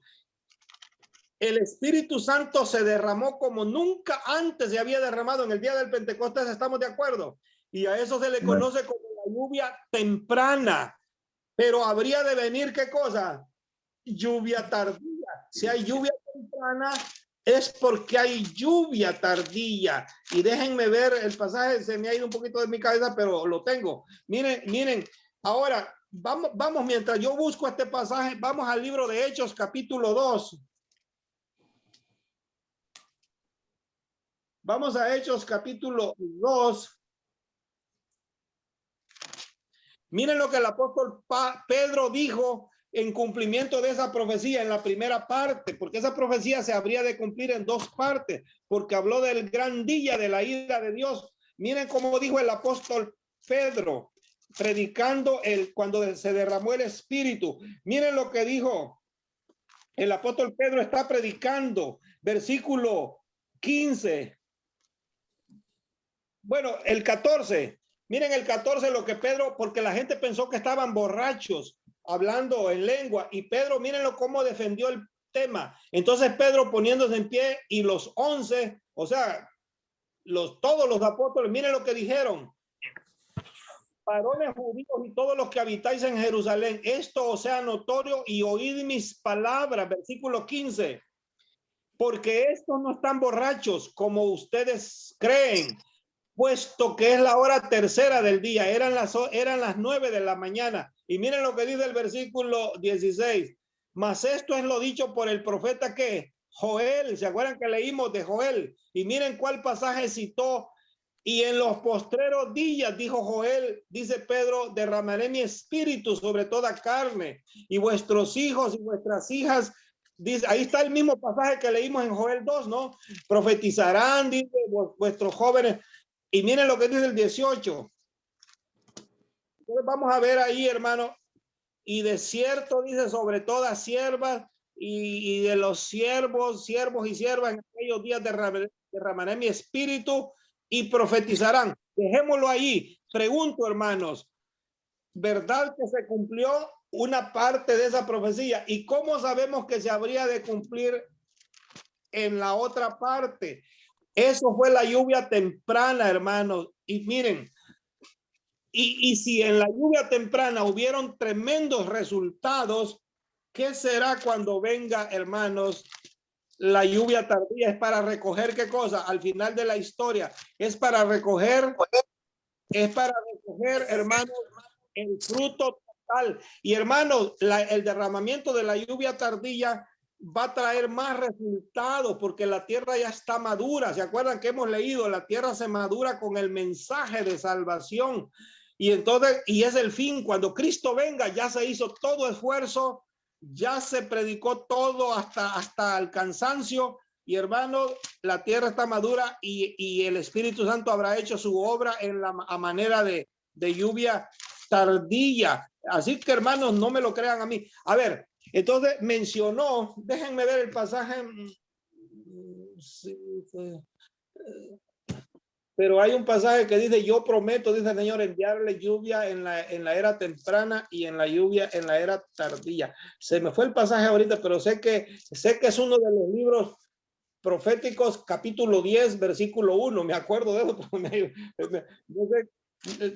Déjenme ver. Por último, voy a ver Zacarías. Déjenme ver si aquí está. Déjenme ver. Lo encontré, hermano. Me acordaba del capítulo 10, versículo. Es Zacarías, capítulo 10, versículo 1. Miren lo que dice la escritura, hermano, Zacarías 10:1. El Señor promete, miren lo que prometió. Pedid a Jehová lluvia, dice, en la estación ¿qué? Tardía. Miren, parece que la más importante es la tardía, porque es donde se recoge ¿qué? El fruto. Hermano, aquellos frutos que se recogieron en el día del Pentecostés eran los primeros, ¿sí o no? Y miren lo que Dios dice, pidan a Jehová lluvia en la estación tardía, porque Jehová dice, hará relámpagos y os dará ¿qué cosa? Lluvia abundante y hierba verde en el campo a cada uno. Versículo 2 dice, déjenme ver si, pero menciona ahí, déjenme ver dónde está el pasaje, pero el Señor menciona que él habría de enviar 2 lluvias, la temprana y la tardía. Bueno, nosotros ya sabemos, hermano, por lógico, si hay una lluvia tardía, vuelve a poner el 1. A ver, si hay una lluvia tardía, ¿es que no hubo una temprana? Claro. Sí. Dejémoslo ahí, hermanos. Ahora, hermanos, miren, ahora sorpréndanse más todavía. Quiero verlo. Miren, hermanos, sorpréndanse más. Estas 2 profecías, estos 2 cumplimientos de la misma profecía, uno en los días de Cristo, cuando los apóstoles predicaron, y una en el tiempo futuro, cuando esté por volver Cristo. El derramamiento de la lluvia tardía va a traer, hermanos, ¿saben cómo dijo Elena de White? Que donde hoy solo se convierte una persona por el evangelio, se convertirán cientos y hasta miles. Amén. No pasó eso en el Pentecostés, hermano. Se bautizaron en ese mismo día 3,000 personas. Ahora la predicación cuesta ganar un alma. La gente pues, se convierte así de a poquito. Pero hermano, como Cristo estará por venir y la gracia se estará acabando en la predicación final. Y quiero decirles algo, hermano, el derramamiento del Espíritu Santo a manera tardía ya ha empezado. Se está predicando con poder este mensaje y muchos se están convirtiendo. Ustedes no tienen idea, en todo el mundo son multitudes de la Iglesia Católica, están saliendo muchos. Hay una preocupación en la Iglesia Católica por el cisma. Los papas, desde Juan Pablo II hasta el presente, han tenido una gran... En El Salvador, por ejemplo, ustedes que son salvadoreños, el Papa Juan Pablo II mandó un mensaje urgente a todos los sacerdotes que redoblen esfuerzos en el evangelismo, porque están perdiendo muchos adeptos. Mucha gente estaba saliendo desde la década de los 60, 70, 80 hasta nuestros días, hermano, ya más de 50 años.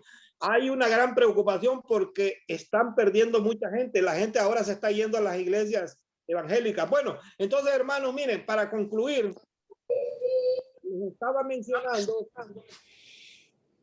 que no es casualidad, hermano. La profecía tiene 2 cumplimientos. Uno en los días del Pentecostés y uno como lluvia tardía en el tiempo final, cuando Dios levanta al remanente. Ese remanente es el que va a dar la proclamación de la lluvia tardía, como lo hicieron los apóstoles en la era primera. Y hermanos, y ya no me va a quedar tiempo, pero ¿sabían ustedes que Juan el Bautista, cuando vino a la tierra, él solo vino para cumplir una cosa, para hacer volver a la gente a la Biblia, al mensaje de la palabra de Dios? A ver, ustedes pueden mencionarme una profecía, aunque Juan el Bautista era profeta. ¿Qué obra hizo? ¿Trajo una nueva profecía? Hermano, solo vino a señalar el cumplimiento de todo el Antiguo Testamento, ¿sí o no? ¿En la persona de quién? Cristo. Usted léame todo el Nuevo Testamento y no hay una profecía que Juan el Bautista haya traído que sacó una nueva profecía de tiempo o que va a pasar algo nuevo. No, Juan el Bautista vino para hacer volver el corazón. Miren, terminemos con un pasaje, Lucas capítulo 2, para terminar. Miren la obra de Juan el Bautista. Lucas capítulo 2, con esto vamos a terminar. Ya vimos que Juan el Bautista es el Elías que habría de venir, pero miren el mensaje de Lucas, capítulo 2, versículo 17 creo que es. Miren la obra que haría. Déjenme ver, no es ese entonces. Déjenme, lo encuentro en mi Biblia y ya se lo cito exactamente. Pero miren la obra, en resumen, lo que haría Juan el Bautista. Lo vamos a leer de la Biblia, no son inventos míos. Miren lo que dice aquí, hermanos, hablando de Juan. Dice, déjenme ver, estoy en Lucas. Déjenme ver.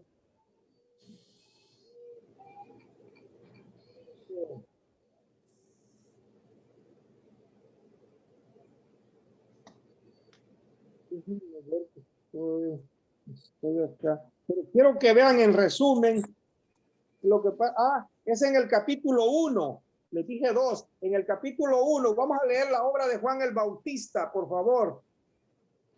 Versículos 15 al 17. Me acordaba que era algo del 17, pero miren lo que dice en el Evangelio de Lucas 1 del 15 al 17.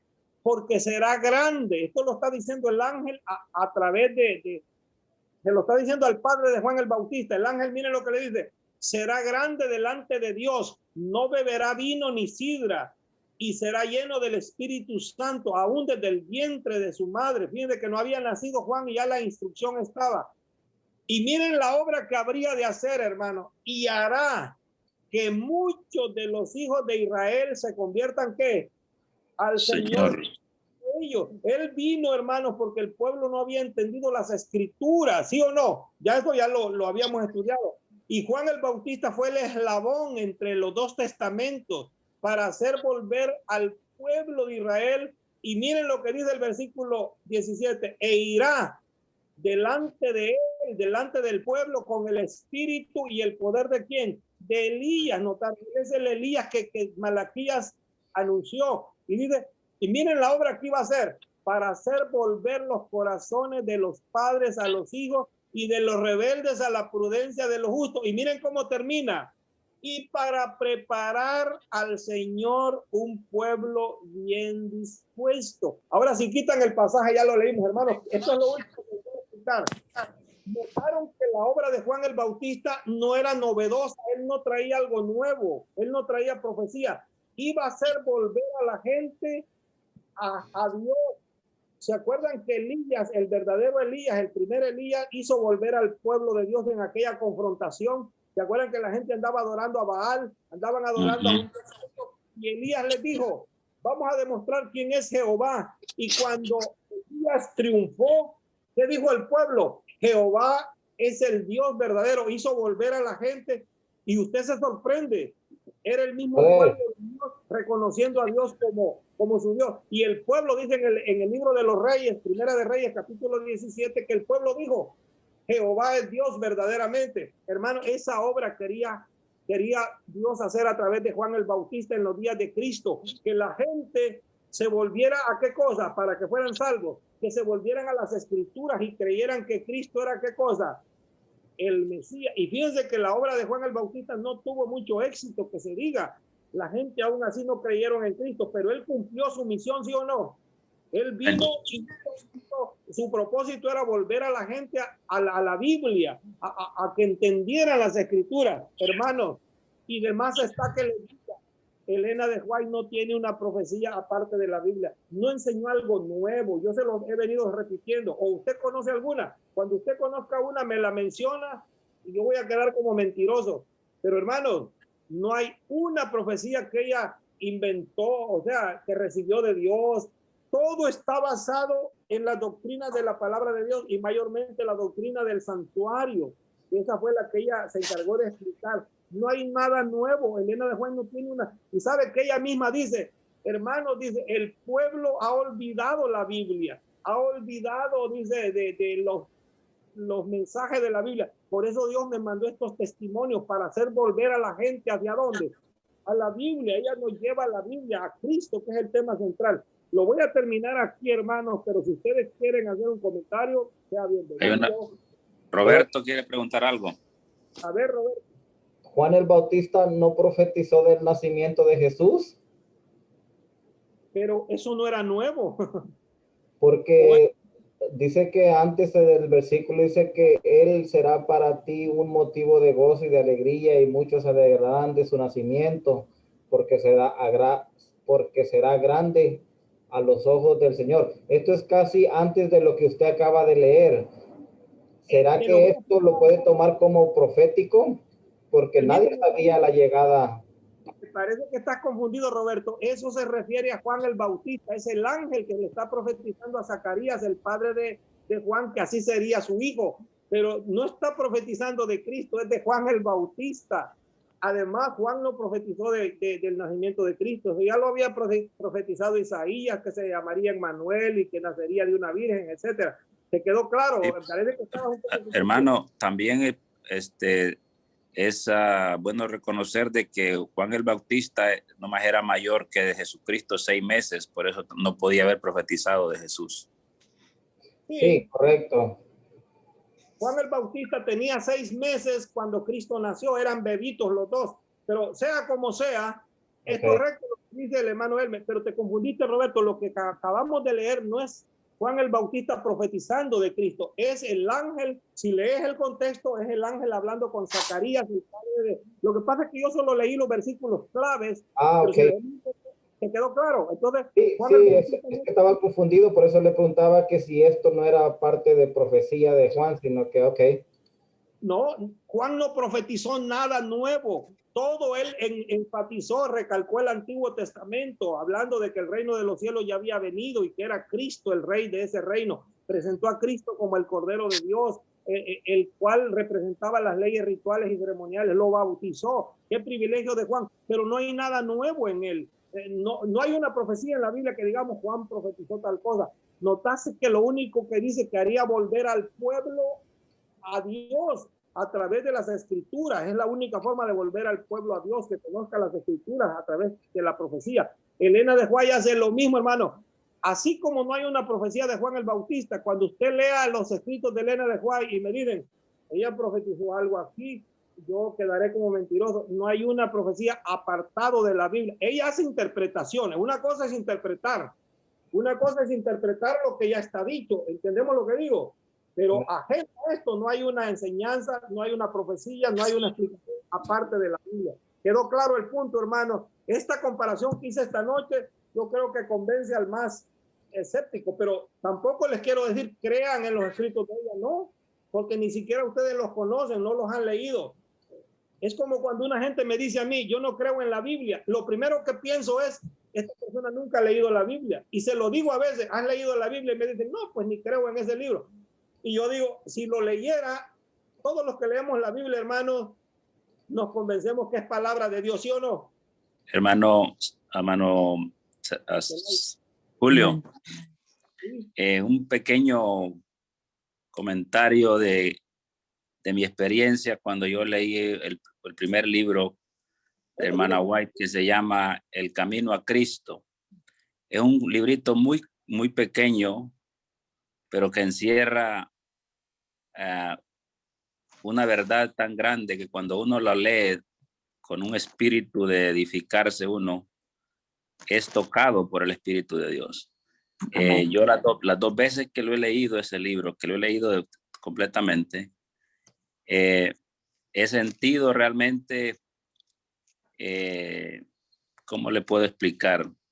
Una sensación muy bonita. O sea, he llorado porque la manera como ella expone el amor de Dios hacia cada ser humano, cómo Dios lo busca al hombre para que el hombre se allegue a él, es una manera preciosa. Entonces, de cuando leí ese libro, yo me pude dar cuenta de que es una manera como Dios usó tremendamente a esta sierva de Dios.